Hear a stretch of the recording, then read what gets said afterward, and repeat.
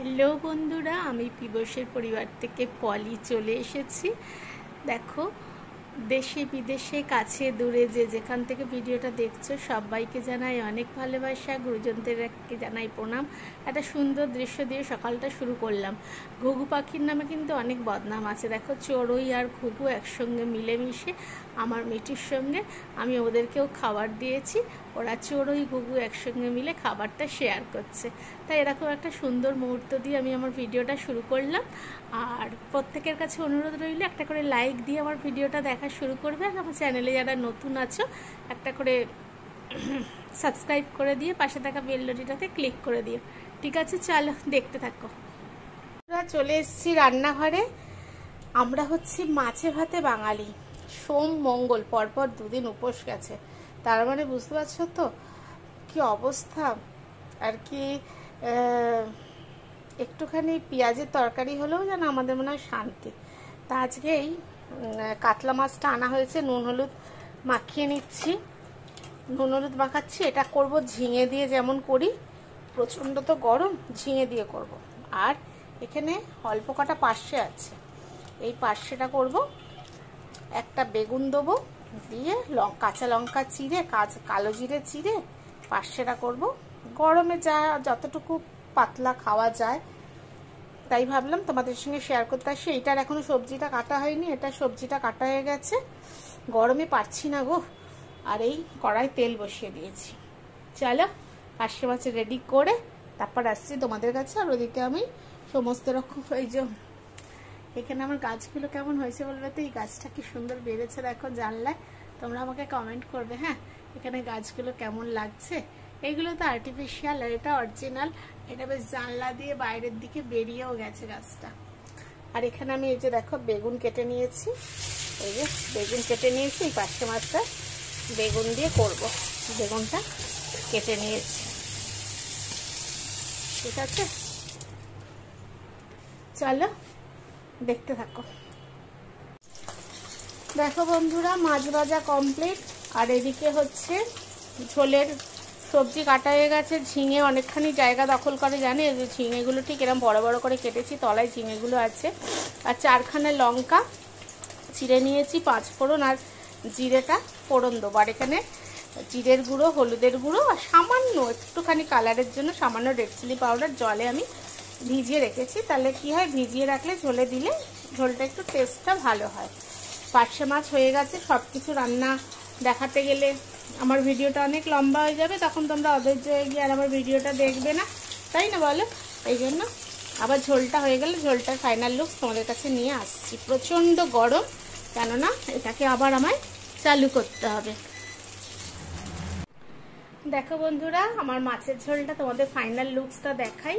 এই যে ঝিঙে দিয়ে আলু দিয়ে মাছের ঝোল হয়েছে। আর এই যে উচ্ছে আলু সেদ্ধ। আর এটা হচ্ছে বেগুন দিয়ে পার্শে। আর এখানে 3টে আইটেম মায়ের জন্য খাবার গোছানো হয়ে গেছে। আয়সা দিদি দিয়ে বাড়ি চলে যাবে। আর কম্পালসারি তো ভাত থাকবেই। আমার রান্না বান্না কমপ্লিট। এবার চলো বাকি কাজ করি। আমার একদম রান্নাঘর ক্লিন করা হয়ে গেছে, সমস্ত পরিষ্কার করে নিয়েছি একদম, গ্যাস ট্যাস ধুয়ে পুছে। আর এখানে তখন তোমাদের রান্না করতে করতে দেখাচ্ছিলাম, এইখানে এই যে মা শারদা আমার রান্নাঘরে থাকে। আর শুধু এই কৌটোটা একটা থাকে, তাছাড়া কোনো কৌটোই বাইরে থাকে না, মিশে যাবে। এই রোজ রাত্রি নইলে ভেজাতে ভুলে যাবো বলে আমলটা এইখানটা থাকে, এছাড়া কোনো কৌটোবাটা থাকে না।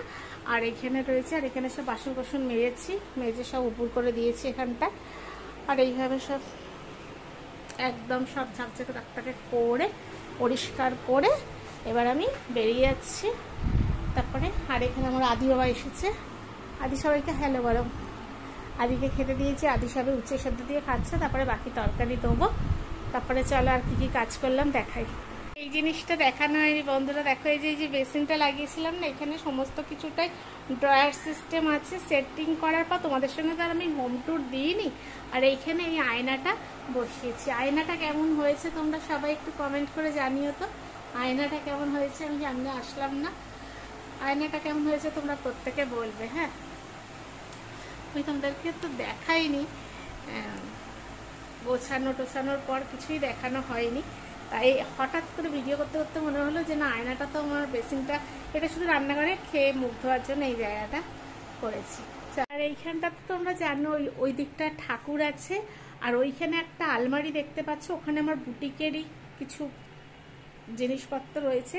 এখানে দুটো চেয়ার আছে, আর এইটার মধ্যেও আমার বুটিকের সমস্ত কাপড়, জানোই তো সবটা ধরে না রাখা। আর এই আলমারিটা একটা ছোট্ট ওভার আর কি কভার টাইপের, এটা তোমাদের দাদা কিনে দিয়েছে আমার কুর্তি রাখার জন্য। আমার কুর্তিটা দেখাচ্ছি আছে ঘরে, ওটা ইয়ে হচ্ছে না, তবে এইটা দেখে আমার মনে হচ্ছে না যে আমার সব কুর্তি এতে আঁটবে। এটা তোমাদের দাদার কখন কি মাথায় ভূত চাপে এইটা এনেছে, তোমাদের সঙ্গে শেয়ার করা হয়নি। আমার কিছু শরীরটা ভালো না, গোছপত্র হচ্ছে না। চামচের সেটটাও নিয়েছি নতুন, রাখা হয়নি, বলছি না সব কিছু গোছ হচ্ছে না। যার আর আমরা তো বাঙালি, যেখানে জায়গা পাই, একটা আলমারি পেয়েছি তার মাথা জায়গা পেয়েছি, ব্যাস সেটাও ইউটিলাইজ করে নিচ্ছি। চামচটা এখন আপাতত এখানে রেখেছি, তোমাদের সঙ্গে তো দেখানোই হয় না রোজই। দেখো এই রুমটায়, এখন এই রুমটায় ছেলে কাজ করে, আজকে ছেলে অফিস গেছে বলে একটু ভিডিও করতে পারলাম। এইটায় ছেলে ইয়ে করে, আর এখানে একটা ওভারড্রপ নেওয়া হয়েছে, আর এই কাভারটার মধ্যেই আমার কুর্তিগুলো থাকে। তা তোমাদের দাদার বলছে এটা অনেক দিন হয়ে গেছে, এবার এটা পাল্টি করো। আর এখানে আমার ওই ছবিটা রাখা রয়েছে, এখানে একটা পাতা বাহার রেখেছি। আর এটাকে যেহেতু এটা ওভারলোডেড হয়ে যাচ্ছে, এই জন্য কাঠমিস্ত্রি দিয়ে এটা করিয়েছি, ওই জন্য ওটা এনেছে। এটা এত বড় জিনিসটা ওটা কখনো হয় বলো, জানি না কি করব। এইখানে এই ঘরে এরকম খাটটা রয়েছে, আর ওপরে তো তোমরা ওটা যখন হচ্ছিল দেখেছো, তোমাদের সঙ্গে হোম ট্যুর আমার দেওয়া হয় না, সময় হচ্ছে না। আজকে যেহেতু ছেলে নেই বলে এই ঘরটা একটু দেখাতে পারলাম। আর এখানে আমার খাজানা রয়েছে সমস্ত, এই যে কাপড়ের খাজানা এখন এই ঘরে নিয়েছি, কদিন একটু লাইফ টাইপগুলো করে নিই, তারপরে সরাবো এখান থেকে। আর এই দিকটায়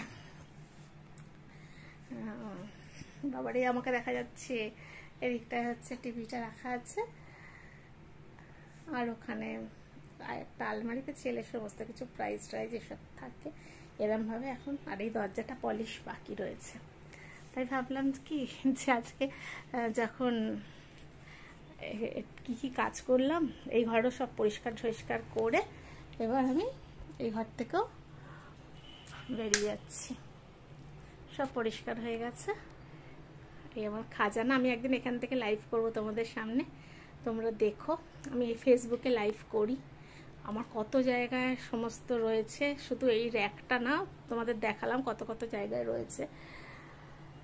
দিয়ে চলো বন্ধ করে দিলাম সব। দেখো এই ঘরটাও মোটামুটি পরিষ্কার করে নিয়েছি।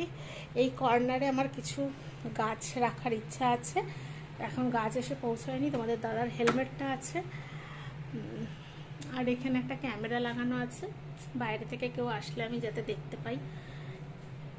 কিছুই শেয়ার করা হয় না তোমাদের সঙ্গে। আর এখানে দেখো এই গাছটা আমি এই কর্নারে